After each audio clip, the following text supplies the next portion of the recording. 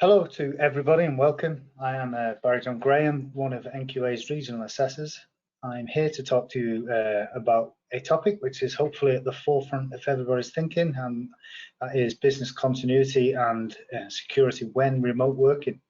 Specifically for the latter point, this will focus on cybersecurity and information. There are plenty of guides for staying sane while at home and I'm working at home, so I won't go into that kind of detail as I'm absolutely not qualified to do so. One thing I can talk you through though is the topic as seen on screen. So let us get started. As it says, we have a large global client base at NQA, and we've been serving these for over 30 years now, so rest assured that you are in good hands. We work with a variety of clients, from single management systems to complex multi-site organizations covering a wide range of certifications. NQA is able to tailor the approach to support each individual client and make a unique price promise to all of our customers. So never has a sort of Sun Tzu quote been more appropriate than for the time of resilience we find ourselves in. As it suggests there, the temple in this case is perhaps the boardroom or the IT department, wherever it may be, but simply put, anyone who has undergone some kind of preparatory activity ahead of the restrictions on movement, etc., we find ourselves in, is in a better place than those who haven't. So here is a very quick scope of the presentation. Before we start, please don't worry if anything is missed or you need more detail on certain areas than perhaps this presentation delivers.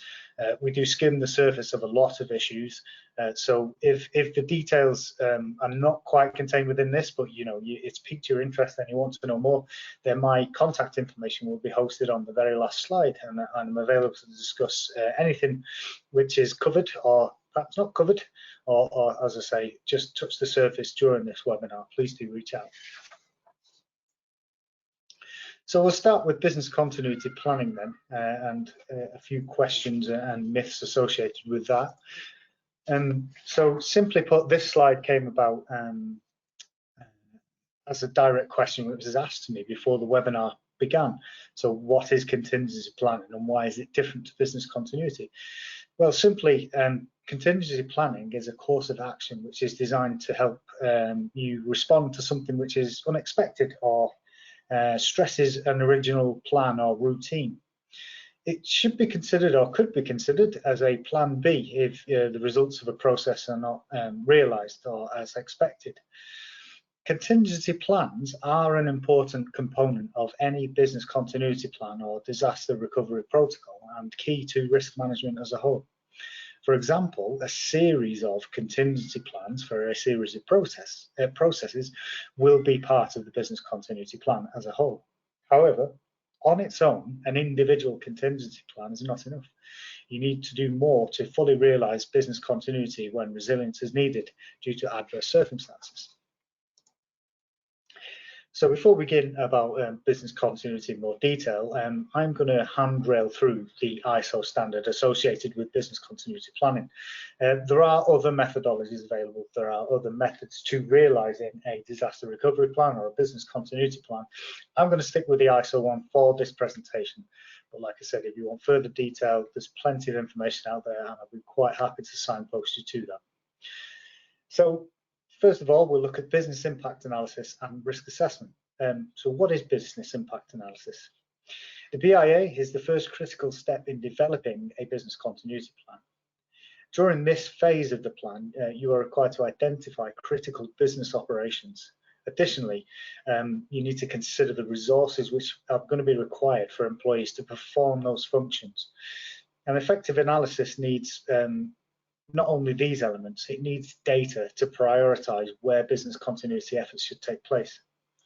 Continuity concerns may present themselves on a spectrum or a scale. With one end of the spectrum, you might call an inconvenience, something which is niggly or undesirable, but ultimately manageable. And the other end of that spectrum is something disastrous, or where an event occurs which causes irreparable harm. So It's important when you're developing a business impact analysis that you make the distinction.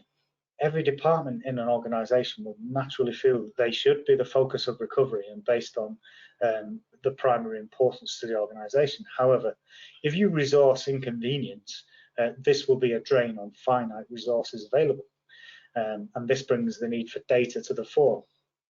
When conducting business impact analysis, there is no template or cookie cutter solution which will apply to every organisation and instance every time. That's why time spent planning is so vital and goes back to the Sun Tzu quote. It allows for a fully customised plan to be generated and to mitigate the identified risks effectively. So, operations at risk. This includes possible risks with key operational functions which would greatly disrupt business and customer continuity. This also involves the magnitude of risk to each function, which will help the plan BCP stakeholders decide on appropriate strategies. So let's go through an example using customer support as the operation. The description of that operation could be that customer support teams are looking after a round-the-clock global operations of live chat and customer calls for several regions across the globe. Its impact is critical, deemed to be critical.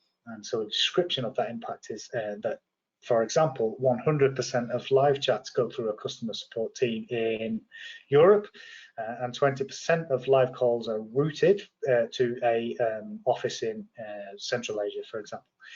A disruption would mean that no more live chat support and customers experience significant wait times on calls, for example, and the project timeline and team schedules are affected. So you've taken one function there and taken apart how it works, how it operates, and then you put down an impact if that was to be realized. So how to develop a customized impact for your business. When you're developing an impact analysis, you should look at each department, team and area of your business. As you do, you should consider three things. One is the timing or duration of the outage, the operational impacts and the financial impact. So, for example, if a function can't continue operations for an hour or a day, how does this impact service delivery or production? Now, for customer-facing areas, the impact can be measured fairly easily in most cases, but in other areas, the costs might not be apparent. So, thinking more widely, you should consider things such as reputational capital, employee relationships, vendor relationships, and any obligation to regulatory considerations. Don't just assume costs. In most cases, information will exist inside an organization already, which will provide a quantifiable figure associated with impact. But think about it long and hard before it is needed. So recovery, once you've got your business impact analysis set down, next phase is looking at recovery, a recovery strategy. And this outlines all of the relevant procedures to restore business operations after an incident or crisis. A good recovery strategy will include realistic recovery timeline and essential emergency resources. And this should all be based around the outputs of the business impact analysis and subsequent risk assessment. So in ISO 27001, IT personnel and business continuity plan stakeholders should operate alternate backup programs and servers to help save customer requests after a power outage, for example. Customer support should be able to receive the requests and respond to customers within an acceptable time frame, which has been critically predetermined. Okay, resourcing requirements should be considered too. You should determine which resource requirements are needed to implement the selected business continuity solution. The types of resources are also important and should be considered against people, information and data, physical infrastructure, buildings, workplaces, facilities, utilities, equipment, consumables, and other pieces of apparatus, information and communication technology, ICT systems, logistics, finance, partners and suppliers, etc. The whole spectrum of the resources should be considered. So once you've done your impact analysis and you've set out a recovery protocol, then The next phase is to plan and test your business continuity plan. So this could be looking at actions, thresholds, and procedures, which are going to be put into place to meet the delivery of the services or products you wish to continue. And importantly, it refers back to your business impact analysis. The most important part of all of this, once you've done this process, is to verify. So having a plan and then making it sit there and never review and use is simply not going to lead to recovery. Verification activity is hugely important, and it's something which I find trips people up when I'm on the road auditing.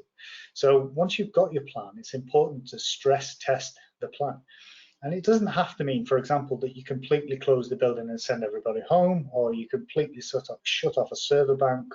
It could be that the key stakeholders within the plan sit around the table, conduct a tabletop exercise, and you'll learn quite a lot about timelines, additional resources, where you've over-resourced, things which is, as we said at the offset, which are an inconvenience versus critical. You will learn a lot about your plan just from walking through it with the stakeholders all together at the same time. So yeah, perhaps the most important part of putting together a plan is to test whether it works and learn from mistakes or improvement opportunities. So the second part of the presentation puts us in a position where we're all in now, and indeed where I'm recording this from. We're all working at home. We're all conducting teleworking practice in the main. There are some exceptions, clearly. So I wanted to go through some of the threats which exist to teleworking, which ordinarily you may not be aware of or been exposed to before. Regardless of the size or type of organization you work for, it's important that everybody understands why individuals might be vulnerable to cyber attack and what measures you can take to defend yourself. The advice outlined below is applicable to everybody whilst working at home. All organizations with an ISMS will have policies which outline some of the things which are discussed anyway. So if you're a manager of this, then you please ensure that all of your employees are familiar with these policies and procedures if you have them in place. And likewise, if you're an employee in an organization sat at home teleworking in a situation you would ordinarily not find yourself in, then please seek out these policies and procedures for your organization and ensure that you stick to them. So some of the threats are outlined on the slide there. Online criminals are expert in chasing information, which leads directly to identity theft, often for financial gain.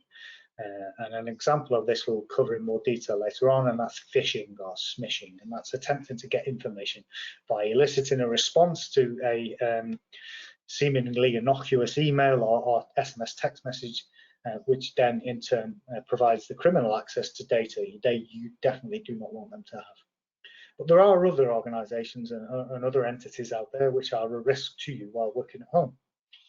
Some of these are on a scale depending upon the nature of the organisation you work for. So for example, if you work in government or in a very sort of high level corporate world, then foreign states are generally quite interested in accessing sensitive information for their own individual political or strategic gain. Similarly, and we have seen examples of this in the current crisis with the pandemic, is political activists, and they work for a particular branch or political group, and they have ideological reasons for their motivation. They could be attempting to discredit the government or expose your organization's support to government activities in order to discredit you too. And these are things which have occurred and have been attempted. So it's not just people after money, financial gain, anything which can discredit what you are providing for the government's response to the pandemic. We've also seen instances of that occurring. So it's important to understand motivations for this activity. There are others, such as terrorists, and they're clearly there to spread propaganda and gain subscription to their agenda. But perhaps the most important and pertinent threat comes from within, so employees. Honest mistakes do have far-reaching consequences. Just think about what data you're exposing to people. We may have all sent an email to the wrong address, for example. It's not something you can forget. It's important that you raise this and report it as soon as you can. There can be implications for the organisation in terms of GDPR and Data Protection Act. Okay, there are binding the activity you conduct. So any kind of thing like that, please do report. So as indicated, phishing and smishing and how it's relevant to the COVID-19 threat. I put an example there on the screen, on the slide, which shows an SMS smishing attempt, and it looks as though it's legitimate. And because you can't hover over the link ordinarily on a text message, you can't see where that link takes you, but ultimately that link would take you to a fake website where you're required to enter data in order to, quote unquote, pay the £35 fine indicated, but there is no £35 fine, and now somebody has your information. So the National Cyber Security Centre, which is part of GCHQ, has created a new national reporting service for suspicious emails and smishing. Okay, so if you are unfamiliar with that, then please do an online search, NCSC, or National Cyber Security Centre. They have a whole raft of information which will help you to determine when phishing occurs and report any phishing activity you've identified. One other way, which is mentioned on the bottom bullet point there, is spoofing. This has been seen to a lesser extent, but it's still something to be aware of. And it's largely criminal based, but they're also using this technique, spoofing, which can make a message appear in a chain of texts alongside previously genuine text messages from an organization such as Amazon, just to name one. So the UK Finance says the banking industry is working closely with mobile network operators, the government and other stakeholders to crack down on this type of fraud. So it is being addressed, but ultimately it is something we should all be aware of while we're working at home. So what can you do about it? So to deter threat actors and to mitigate the associated vulnerabilities, there are a number of controls which you can implement and have a look at to form a defense against the activity. And this is something you can do at home as an individual, maybe not on your organization's asset, on your own personal desktop or laptop, for example, the use of firewalls, antivirus, and if you're using a mobile phone or tablet, then call blocking applications are out there. Please just take a moment to educate yourselves about what it is that you think is the primary threat to yourself and how you could defend yourself. There are more mechanisms for defense than you might realize exist.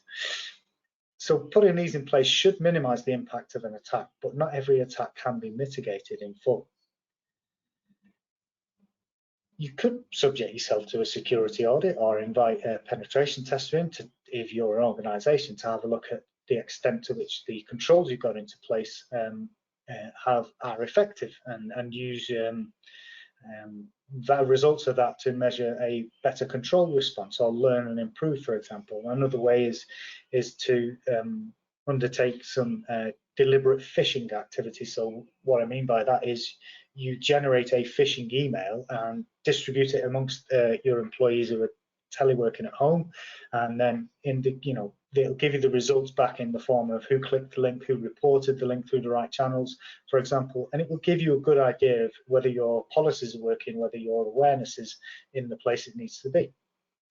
Everyone can do it. It's not just for businesses. The thinking behind it can be woven into everybody's circumstances. So some more specific defense actions, they're shown on screen there. If you're not sure, just seek advice on how to safely conduct your online activity. Everybody uses social media in particular, that's why I've put it on there. So one of the things very common is the use of sharing information on social media. So for example, if you've got a LinkedIn profile or a Twitter account or a Facebook profile, then quite often applications you click on or website you visit will say, can I just use that information from this other area? Now I'd be wary about providing that, simply because the website you're visiting or the application you try to use might not need access to your camera, photographs, files contained on your phone. Just be really aware about what it is you're agreeing to every time that annoying pop-up box comes on the page. If you are visiting a website, whether it's through a phishing attempt or otherwise, but if you are visiting a website where you are going to leave part of your data, look for the green bar as indicated on the slide there. That gives you a good idea that the address you visited is secure. Look for the green bar and the lock icon. If you don't already, then please consider changing the web browser from the standard build to something along the line. I've given DuckDuckGo there as an example, and that's simply because the websites such as that do not retain information about where you visit, and it's not to try and hide your activity as such. It's simply that the more you use ordinary Google profile, for example, the more of a picture it builds on your habits and activity. And you may wonder why you get advertising which targets something you've just been talking about, or a search you've conducted recently. Okay, it's because of that. So the use of DuckDuckGo will kind of mask your online activity and prevent it's not necessarily nefarious, but it prevents profile building about your activity online. And finally, if you are worried that some of your either work or personal details have appeared on the dark web, then if you visit the website as seen there, haveibeenpwned.com, it is legitimate, it is genuine.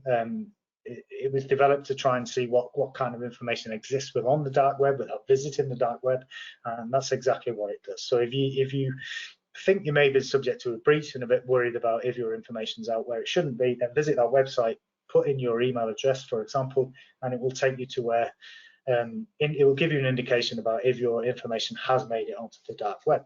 So there are just a few things you could do. Clearly, this cannot be an exhaustive overview, but as by way of a summary, very quickly, things seen on screen there are something we can all definitely achieve. Okay, so lockdown privacy settings, get to know what they are, get to know how to find them, check accounts to make sure that your personal details and email address, for example, are hidden from public view. Okay, there is two-factor authentication in most organizations now for logging into systems, so please do use it, and please do use VPNs. So when it comes to social media, again, just to reiterate, if you're taking a shortcut to a website you haven't visited before and it wants access to information, then it's just cloning profile information and picking up more profile information as you do it. So be wary about doing that.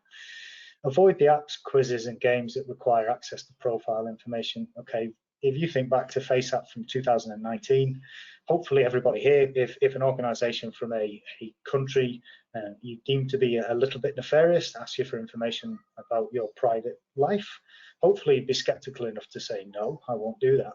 But if you used one of these face aging apps, which occurred in early 2019, then ultimately you did that. You gave your information to an unknown organization who have questionable links. Okay, so just be wary about what applications you use, and more importantly, if you're an organizational asset, then should you be using that on there? So again, have a think about what you're doing and how you conduct yourself while you're online working from home.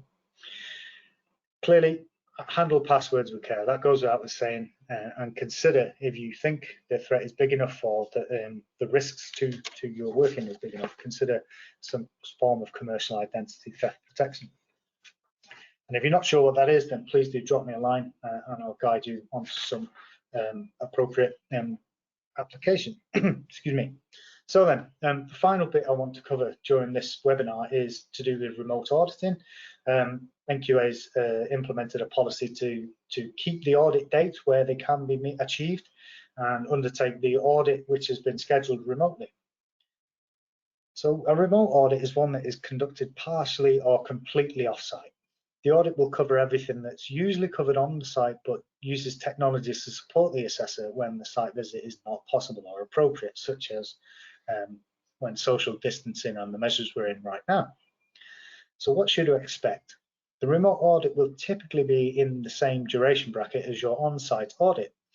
You'll need to be available at all times, as you would during a regular audit, and be dialed into a conference call for most of the duration of the audit. Remote audits are also best delivered using screen share, MS Teams, Zoom, GoToMeeting, for example, all really good tools to allow this. And this will reduce the amount of data and information which is transferred directly between your organization and NQA and the assessor's inbox. Inevitably, you may be asked to email documentation straight to the assessor for review, and that is fine. But a mentality of exposure, not full disclosure, is going to be useful when going into a remote audit. Any information you do send to NQA clearly will be managed in accordance to our confidentiality and data privacy policies, which are available on the website and within the NQA rules related to registration. So how to prepare then? Logistically, as you would expect, remote auditing is heavily reliant on technology. There's a few simple points to make sure you are ready for the audit, and that's, if you haven't got one already, then identify a system which will allow an online conference call, ideally with video, so you can share the screen or get to see your auditor as he's going through the process. As I've said before, GoToMeeting, MS Teams, Skype have all been used to good effect, but there are others. It's not an exhaustive list. If you don't have access to a system like this, then please speak with your auditor and he will send you, or he or she will send you a meeting invitation via MS Teams. If online connectivity is not possible at all, some of us live in real rural locations where video conferencing is just not an option, then the assessor may ask you to send their information direct via email and then follow up with a telephone call. Please ensure that you are familiar with whatever technology you've identified prior to the audit if it's not something you ordinarily use, and this will avoid unnecessary delays when the audit's taking place. Documentation and policies will inevitably be requested during an audit. If you've been subject to this before, then hopefully the requirements are well practiced and you'll understand quickly what the auditor may need to see. If it's your first time being audited, for example, you're doing a gap analysis or this is a stage 1, then the auditor may need exposure to all of your policies and activities which are under scope and evidence which demonstrates compliance with whichever standard you're going for. Collating this in a central place prior to the audit date and understanding how to quickly get to what information the auditor might require is good preparatory activity. Equally as important is please relax. Okay, I've commuted a matter of yards to get to the office to deliver this webinar. I have parental responsibilities and I too need refreshments, okay? We're here to help and let you maintain your management system through this time of resilience. It's just important to me as it is to you, so just relax and we'll get through this together. So what do you need to make available for the remote audit? Okay, and that's simply anything or everything we can which would ordinarily be covered, and this includes personnel, documentation, and site tour, which has been done, and it is also possible with some prior arrangement to capture relevant images as recording before the audit occurs. Okay, so just to talk through some of those things, personnel, the person who's usually responsible for the management system will need to be available for the entirety of the audit, okay? And then any key personnel such as leadership element or specialists will need to be available for their relevant part of the audit, which has been predetermined when the auditor sends you the plan, okay? The plan will be sent to you hopefully no less than 2 weeks before the start of the audit, but hopefully with a little bit more time so they can have a negotiation about moving things around or identifying the correct person and the correct medium of communication to get the audit running smoothly. As we've already covered documentation, I won't go into full mode on that here. Site tours, I did mention it, maybe some raised eyebrows about site tours. It has been done, okay, and it's been done in a couple of ways during the remote audits I've conducted, certainly. And that is a number of ways. If you can still access the site for your organization, then you can use FaceTime or a pre-recorded video on the areas agreed with your auditor. So you can cover off the site tour element of the audit with a bit of planning. Okay, it might not always be possible. And so what happens if the remote audit can't cover everything which ordinarily would be covered, or the audit is a stage 2 or recertification? Okay, so in these circumstances, we will try to complete as much of the audit as possible. Where it can't be done, where we can't fully verify the effectiveness of the management system and therefore we're unable to complete the entire audit remotely, then we will arrange to complete the on-site activities later, at a later date. In these circumstances, we can choose to temporarily extend the life user certificate by a maximum of 6 months, subject to a successful remote audit, and then follow up with an on-site audit within that 6 month prior to the certificate expiring to cover whatever elements remain. Where it's possible, we will utilise your existing audit duration, okay? So no additional days generated, but engage with the NQA early, engage with your auditor early, and try and iron out some of these problems before the date, and then we can work with a plan to get things done in the best way possible. So finally, from me, just a bit of a reflection on some of the things or I have encountered while doing remote auditing. I've been through it a few times now with a variety of organisations and complexities, and I just thought I'd pen some of the learning points for me specifically. First and foremost, if you have got a remote audit lined up or an audit date lined up and it's likely to be remote because of the measures we're in, please do look at committing to the dates as though it were on site. Just having the capacity to quickly respond to questions and audit trails makes the process so much smoother. Okay, just because we can't visit the site doesn't mean it's a complete bust. And I would urge you to visit the relevant page on the NQA website for COVID-19, which has some of the client feedback, and you'll see that it can be done and it can be done well. If you have a business continuity plan, and then accepting the audit is evidence that your business continuity plan is partially working at least, okay? And the reflection on this is record and document absolutely everything which is happening to you right now, and you'll have a heap of lessons to reflect on when reconvening at the end of the measures we're in. Aim to expose, not fully disclose. Sometimes it's unavoidable. It's a policy document, training record, or task list which has to be sent directly. There is some hard copy information, and just exposing part of that is not possible. We have to see the whole thing. However, where possible, the best way to conduct this is to talk through with visual guidance using technology. The information security benefits to this are hopefully very clear. So if you have a standard which requires verification of business continuity planning, then this is the perfect time, as I've said, to record information which will help you prove to auditors in the future that the testing of your plan has borne fruit. Simply that right now you should be learning a lot of lessons about teleworking and where your plan was good and where things could improve. By way of concluding this section and therefore the webinar, I'll just recap on some of the key elements. Planning for the adversity is absolutely paramount to ensuring recovery and give you the quickest possible route between invocation of a recovery plan and realising that recovery. Understand and quantify business processes. Okay, apply data costs to where business processes have been identified. Okay, it'll help you allocate resources in the right place. Don't rest on your laurels. Refining a plan is just as important as generating the plan in the first instance. Right now, in the state of teleworking, the threats are more potent and therefore the risks increased when you're in a teleworking model. So have a look if you've got a risk register, and on that register there's information about teleworking and phishing, for example. Threats are increased at the moment, so have a look at that and apply it where necessary. Everybody is responsible for security in one form or another. Okay, we can all be a little bit more secure in our lives. There are steps we can take, and hopefully I've highlighted just a few of those in here.